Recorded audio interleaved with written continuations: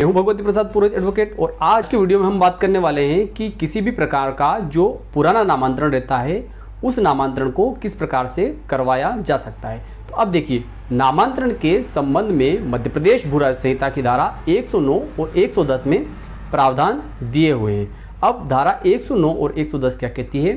कि धारा 109 और 110 अधिकारों के अर्जन के संबंध में बात करती है। अब अधिकारों का अर्जन क्या होता है, इसको सबसे पहले हम समझ लेते हैं। तो देखिए, जब किसी व्यक्ति को किसी संपत्ति में अधिकार अर्जित होते हैं तो उसको अधिकार अर्जन कहा जाता है। जैसे कि यदि किसी भूमि स्वामी के द्वारा किसी अन्य व्यक्ति को कोई प्रॉपर्टी बेची है तो उस प्रॉपर्टी में जो क्रेता रहता है, खरीदार रहता है, उसको खरीदने के बाद जब विक्रय पत्र निष्पादित हो जाता है, अर्थात रजिस्टर्ड विक्रय पत्र निष्पादित हो जाता है, तो उसके बाद में क्रेता को उस संपत्ति में अधिकार अर्जित हो जाते हैं। इसी प्रकार किसी भूमि स्वामी के द्वारा किसी संपत्ति को किसी अन्य व्यक्ति को दान दी जाती है तो दान ग्रहीता को उस संपत्ति में अधिकार अर्जित हो जाता है। इसी प्रकार किसी संपत्ति के स्वामी द्वारा किसी संपत्ति को किसी अन्य व्यक्ति को विनिमय के माध्यम से अंतरित किया जाता है तो जिसको अंतरित किया गया है, अर्थात अंतरण ग्रहीता जो है, विनिमय ग्रहीता है, उसको उस संपत्ति में अधिकार अर्जित हो जाते हैं। इसी प्रकार यदि किसी भूमि स्वामी की मृत्यु हो जाती है तो उसके वेद वारिसों को उसकी संपत्ति में अधिकार अर्जित हो जाते हैं। अब अधिकार अर्जित होने के पश्चात क्या होता है कि उस संपत्ति पर जिनको अधिकार अर्जित हुए हैं उन लोगों को 6 माह के अंदर जो है तहसीलदार महोदय या पटवारी महोदय को उस अधिकार अर्जन के संबंध में जानकारी देनी रहती है। लेकिन यदि 6 माह के भीतर कोई व्यक्ति जो है अधिकार अर्जन की रिपोर्ट नहीं कर पाया है, अर्थात जानकारी नहीं दे पाया है, चाहे वह आवेदन पत्र प्रस्तुत करके या किसी अन्य माध्यम से अधिकार अर्जन की जानकारी पटवारी महोदय को या तहसीलदार महोदय को देता है,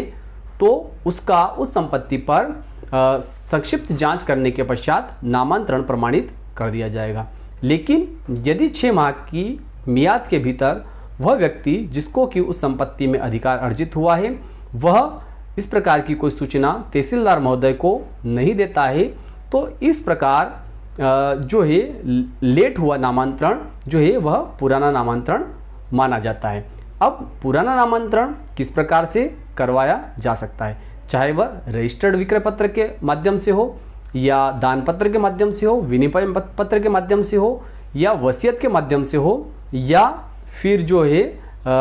फोती नामांतरण के आधार पर हो। तो ऐसी स्थिति में क्या करना होगा कि आपको एक सिंपल सा एक आवेदन, साधारण सा एक आवेदन पत्र बनाना होगा। उस आवेदन पत्र को आपको लोक सेवा गारंटी में पुटअप करना होगा, अर्थात वहाँ पेश करना होगा। उसके साथ में जो कि नामांतरण के प्रकरण के साथ में जो आवश्यक दस्तावेज लगाए जाते हैं वे सभी दस्तावेज आपको उसके साथ में लगाने होंगे। उसके बाद में तहसीलदार महोदय के द्वारा उस पर संक्षिप्त जांच की जाएगी और संक्षिप्त जांच करने के पश्चात तहसीलदार महोदय को जैसे उसमें लगेगा कि यह नामांतरण जो है 6 माह पुराना है, अर्थात आपको अधिकार अर्जित हुए हैं उस समयावधि को 6 माह से अधिक हो चुके हैं, तो ऐसी स्थिति में तहसीलदार महोदय या नायब तहसीलदार महोदय इस प्रकार के नामांतरण में मध्य प्रदेश भू राज्य संहिता की धारा 109 की उपधारा 4 के तहत कार्यवाही करते हुए यदि उनको लगता है तो वे 5,000 रुपये तक की राशि की शास्ति अधिरोपित कर सकते हैं। अब देखिए, 5,000 रुपये से रुपये तक का मतलब होता है कि तहसीलदार महोदय जो क्रेता है या जिसको अधिकार अर्जित हुआ है उस व्यक्ति पर 5,000 रुपये तक की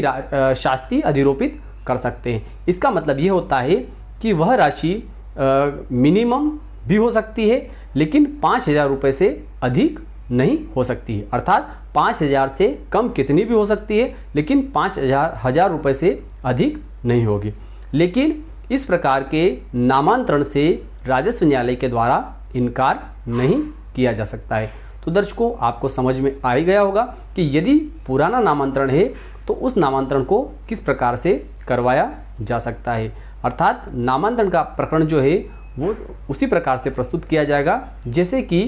जो है नया नामांतरण जो पेश किया जाता है उसी प्रकार से आपका नामांतरण का प्रकरण पेश किया जाएगा। केवल इसमें जो है आपके ऊपर जो शास्ति अधिरोपित की जा सकती है। शास्ति से मतलब होता है कि दंड अधिरोपित किया जा सकता है जो कि 5,000 रुपये से कम होगा, 5,000 रुपये से अधिक नहीं होगा। तो दर्शकों, आज की जानकारी आपके लिए महत्वपूर्ण रही होगी। तो अभी तक आपने हमारे चैनल को सब्सक्राइब नहीं किया तो चैनल को सब्सक्राइब कर दीजिए, बेल आइकन को प्रेस कर दीजिए और इस वीडियो को तो आप फटाफट लाइक कर दीजिए, क्योंकि इस चैनल के माध्यम से मिलती है आपको सरल और आसान भाषा में कानून की नई नई जानकारी। तो फिर मिलते हैं अगले वीडियो में, तब तक के लिए जय हिंद, जय भारत।